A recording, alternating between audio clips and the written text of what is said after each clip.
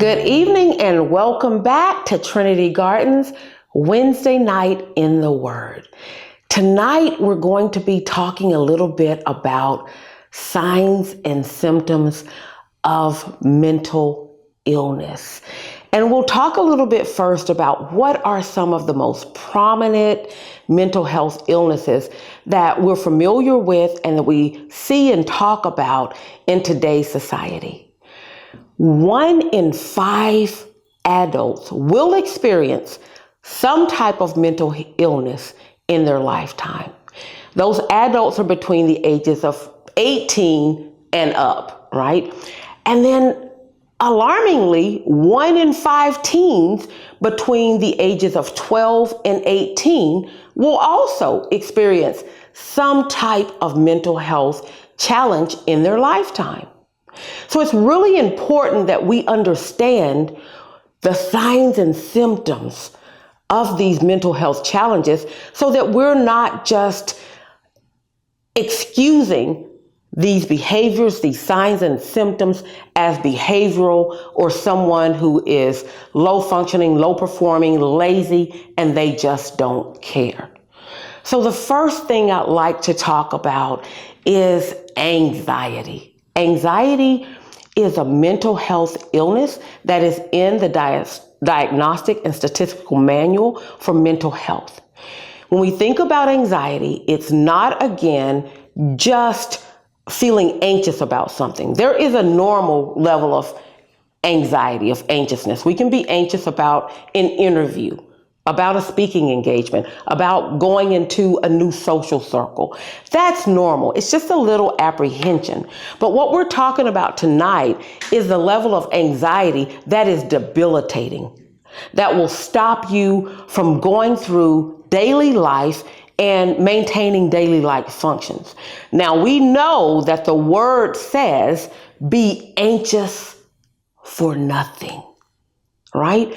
But many of us haven't figured out how to do that. We know what the word says, and we have every desire to do that, but we haven't quite figured out the difference between clinical anxiety and then just the worldly or spiritual worry. And that's what I want to help you understand tonight. So with anxiety, I like to explain it in a way that people can really understand. Anxiety, when we talk about clinical anxiety, is simply a false alarm. It's a false alarm that sends real stimulus and real triggers to your body psychologically and sometimes biologically.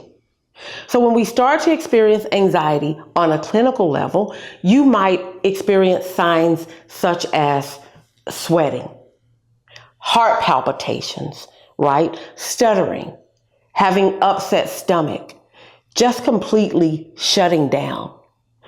Anxiety may cause you to go into isolation, right? Or have panic attacks. Many times these panic attacks can feel like you're having heart attacks. And sometimes people will constantly go to the doctor and go to the hospital.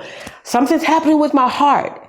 And they'll come in and they'll see me eventually and they'll say, the doctors aren't finding anything. I need a new doctor.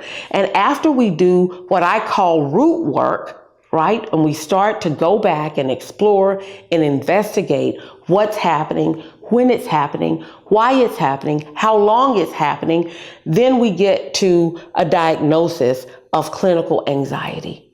So it's not just one time or a couple of times. In order to get a mental health diagnosis, this has to be a level of anxiety that is very disruptive to your life.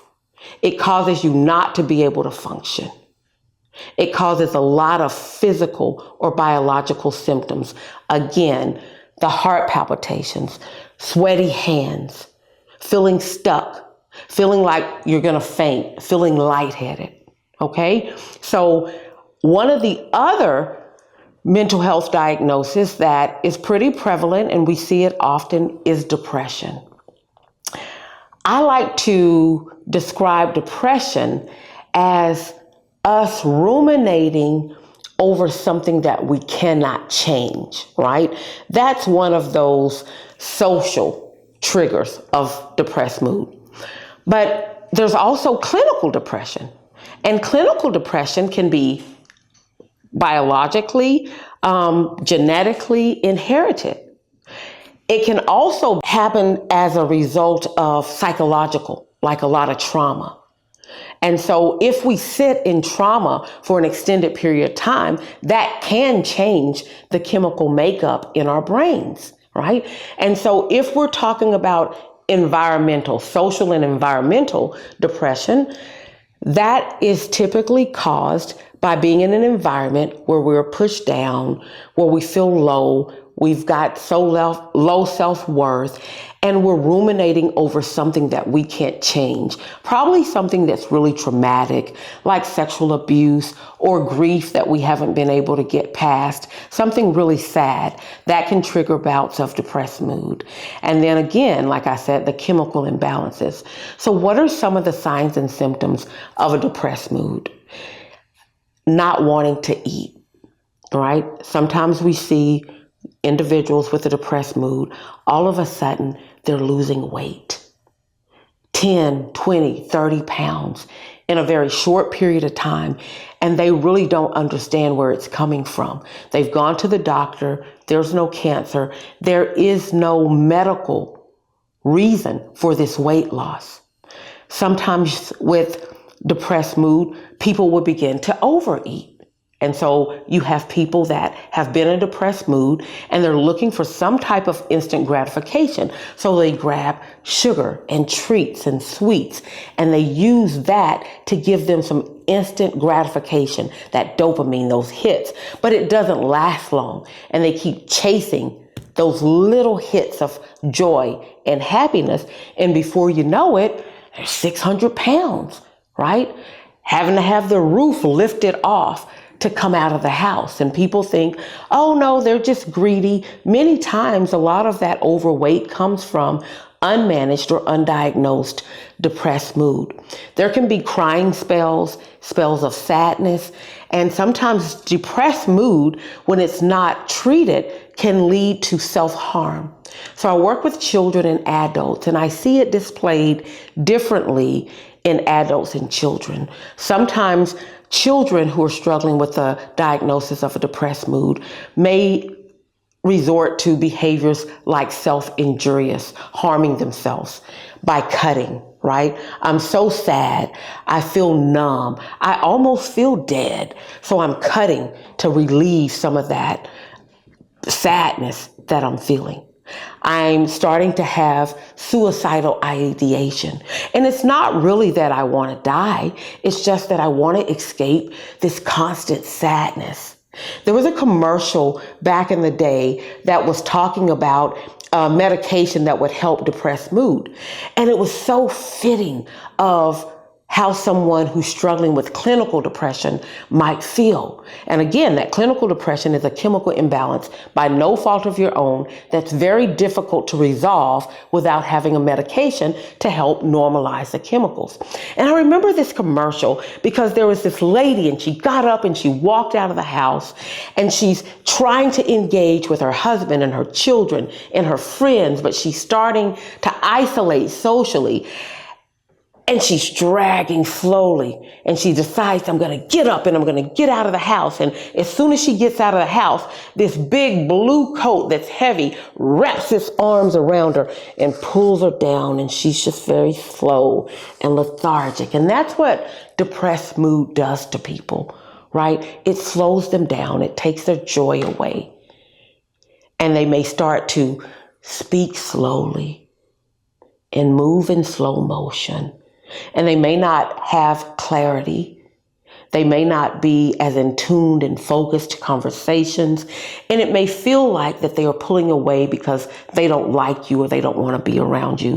When the truth is, many times they may be struggling with depressed mood that they are unaware of, that's undiagnosed, or that they're ashamed of. Because let's be honest, right? Growing up in the church, many times when people talked about mental health, and we didn't want to hear that, right? We're going to pray everything away. Prayer is powerful. And there are times that anxiety and depressed mood are results of some of our own choices, like getting into a relationship that we had no business being in, right? Or going into crowds where there's guns and violence, right? But if you think about a soldier who's gone to war, that PTSD and that level of anxiety is something that is happening from their environment, but it's not something that they did out of carelessness, okay? And so we want to remember that, yes, prayer is very, very powerful. And for those who struggle with depressed mood and anxiety because they are dealing with some spiritual challenges, disruptions, because we're trying to straddle the fence, right? The word tells us you can't serve two masters. And many of us are trying to serve God and the world. That's going to cause a lot of internal conflict. That's going to cause a lot of anxiety and confusion in your lives, right? So there are sometimes people will come to me, and it is the anxiety and the depression is deep rooted in their spiritual beliefs and unrest. And then there's other times that it's not. And as Christians, as believers, as followers of Christ, it's important that we learn and understand the difference so that we're not punishing our children, our spouses, our co-workers, our colleagues, or our teams that we supervise because we're making these faulty assumptions that mental health is not real, that mental health is an excuse, that anxiety and depression is an excuse for people to get out of doing the things that they don't want to do. And so we'll talk a little bit more about other diagnoses of mental health, other signs and symptoms later on. I want to talk a little bit about some resources that will help us in our next segment. My name is Michelle Reescano. I'm a licensed clinical social worker, supervisor, and so I do supervise other clinicians that would like to work independently in mental health. I have a private practice of Ray of Hope, LLC.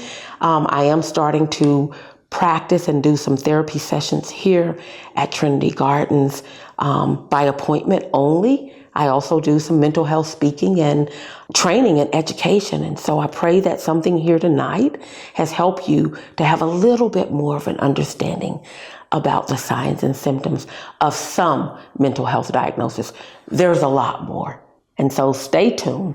We'll learn a little bit more about some resources that can help us in our next segment.